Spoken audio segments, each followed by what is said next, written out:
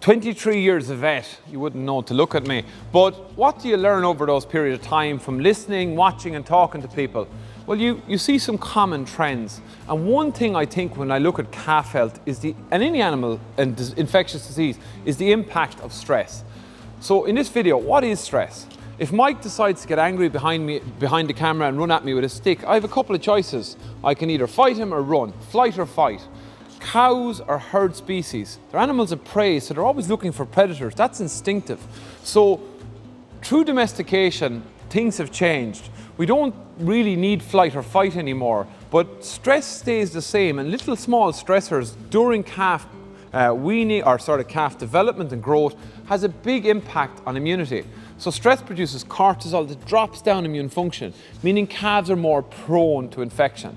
Things like transport, handling, particularly weather changes, all cause stress. Even if we think about dehorning, that's the reason we want to use anti-inflammatories and local anesthetic. We want to minimize that as a stressor in the weaning period of young calves. So stress impacts immunity. The other thing stress does is a very negative impact on gut health.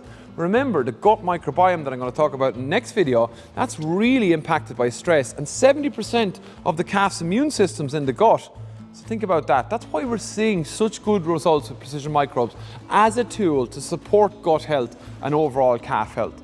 But don't underestimate stress. It's an inevitable part of calf rearing. We want to try and minimize it, and how we handle animals, creating the right environment, how we interact with animals. That's all. If I was telling myself this 15 years ago, I wouldn't believe I was saying it from a production performance point of view, but it does make sense. So apply common sense to biologically optimize the calf health, and you will reduce stress and see healthier calves. Stress, a huge factor in infectious disease in both humans and animals, and certainly in calves as well.